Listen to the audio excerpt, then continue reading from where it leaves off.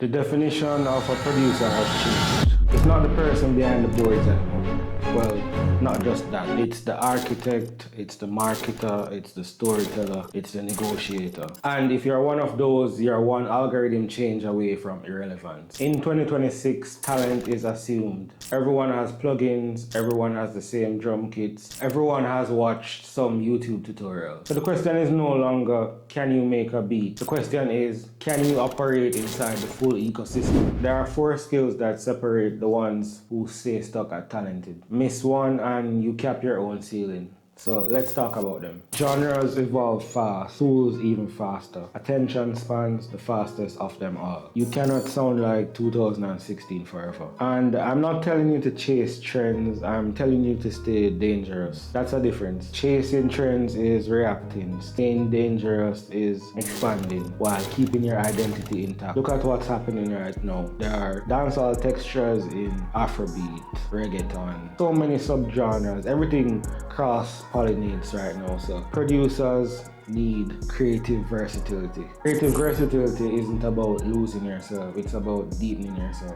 You should be able to strip a beat down to just drums and space. Build cinematic emotion without a single lyric. Go commercial without sounding hollow. Producers who last are students. They study arrangement, they remake records. Not to copy them, but to reverse engineer. This is where most producers hesitate. Content creation. I know the resistance, I've felt it myself. I'm a producer, I make music, not videos. But that era where the producer could be the ghost behind the glass and would let the music speak for itself, that era is finished. We're in a visibility economy now. If nobody sees your work, you don't exist. There are producers who are probably less skilled than you, who are consistently getting opportunities because they document, they film sessions, they show the process, they break down one decision in 30 seconds. They let people into the room, and that access builds something talent alone cannot. It builds trust. Content is not about ego. Content is distribution. You don't need to be loud. You don't need to perform a version of yourself that isn't real. You need to be visible.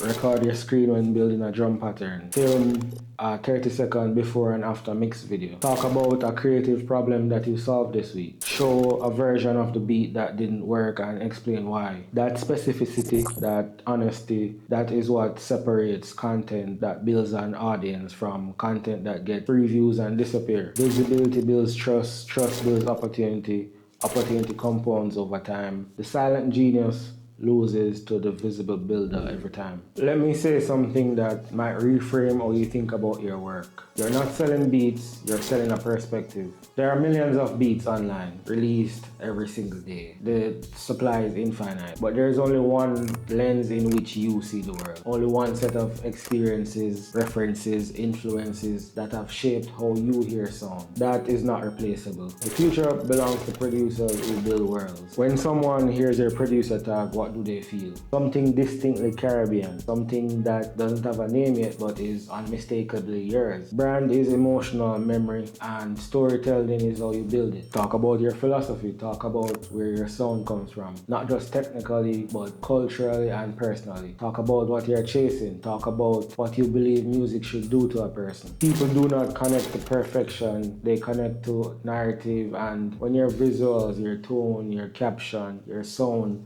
all that aligns, identity becomes recognizable, not just as a producer, as a point of view. Now, this is the one that separates the hobbyists from the professionals. Business literacy. So you need to understand splits, royalties, publishing, distribution, metadata, contracts. You don't need to be a lawyer, but you need to understand what you're signing. Who owns the master? Who controls the publishing? What percentage are you keeping?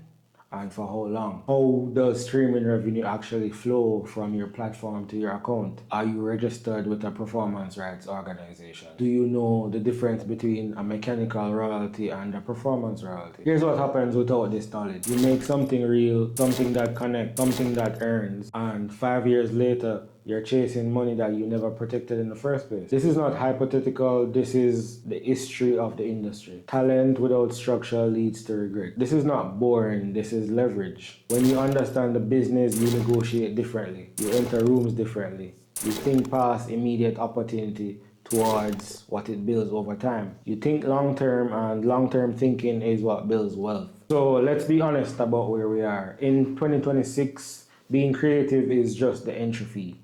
That's the baseline, the assumed. To build real leverage, to build something that compounds, you need more than that. You need creative versatility, so you stay relevant as the landscapes shift beneath you. Visibility through content, so the right people can find you and trust you. Brand and narrative, so your name carries meaning beyond the last thing that you released. And business literacy, so everything you build, you keep. Master one of these, you compete. Master all four, you become difficult to replace. And in this era, that's the goal. So we're thinking long term. This is Hitplugg, and I'll see you in the next one.